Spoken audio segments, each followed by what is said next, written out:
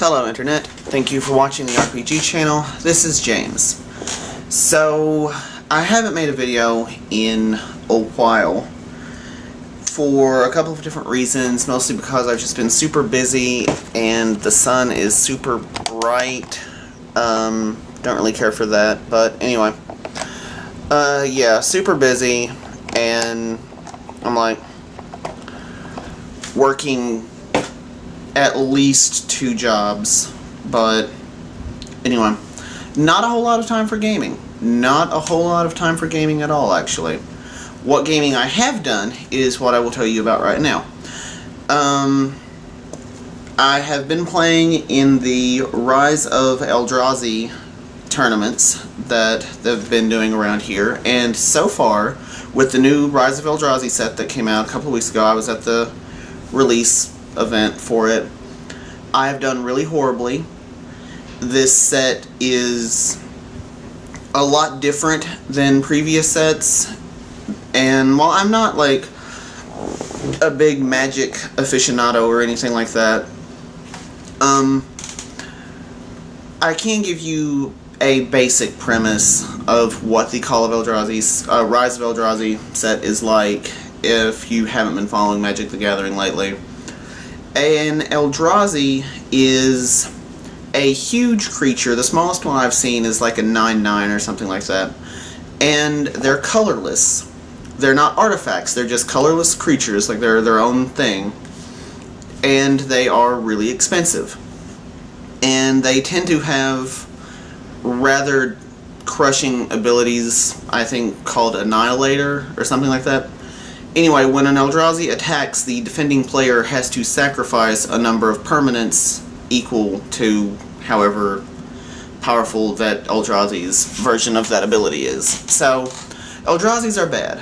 And what they wanted to do with this set, according to the Wizards website, is they wanted to slow down the game.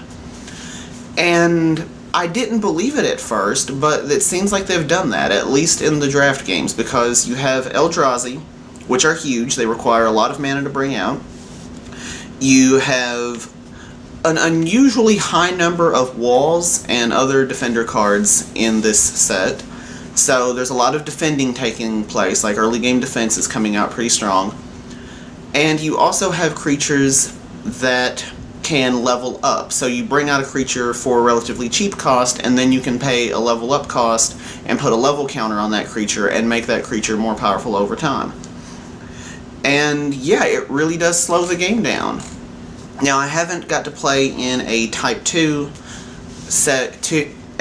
game since Rise of Eldrazi came out, so it'll be neat to see how it goes in with the other sets that are out right now. But right now, just with the draft games, yeah, it has slowed the game down a lot. And I'm really curious why in the Rise of Eldrazi drafts that we only draft Rise of Eldrazi cards. And like, I think it would be fun to do, you know, like a couple of Zendikar packs in a Rise of Eldrazi, but anyway, they didn't ask me for my opinion. I don't really understand why it's done that way, and we'll move on from Magic the Gathering for those of you who aren't interested in the game, and so I'll stop embarrassing myself by saying Call of Eldrazi. In other news, I tried to play a game of that board game I did a video about, Zombies, last night. And I've got the base game of Zombies and 2 expansions for it. One's a military base and the other one's a forest expansion. And that game, it was going pretty well, but it had to end early because the homeowner who owned the place we were playing at got into an argument with a Scottish guy, and it was a weird night. That was a very weird night, but anyway, probably going to try to play another game of Zombies at some point in the future. And lastly, and certainly not leastly, is Devil's Crossroad. I've been slowly working on Devil's Crossroad. If you missed the part at the beginning where I was talking about how little time I have left right now, then that's why production of Devil's Crossroads has not come to a stop, but has definitely slowed down. There was a lot of work that I had to do after the last playtest, and there's basically entire chapters that I'm going to have to rewrite. And I'm working on that now. I'm almost finished rewriting the skills chapter. And I've tried to make the skills a little bit more fun and intuitive and not... I've tried to make all the rules associated with the skills evident in the description of the skills, like very, very, like right there, so it's not like you have little tiny rules and modifiers like buried in the text somewhere. So I want all the rules to be right up there where you can see them as you go through the chapter. And other than that, it's still coming along great. It's just coming along a little slower than I wanted to. Hopefully that will change within the next couple of days.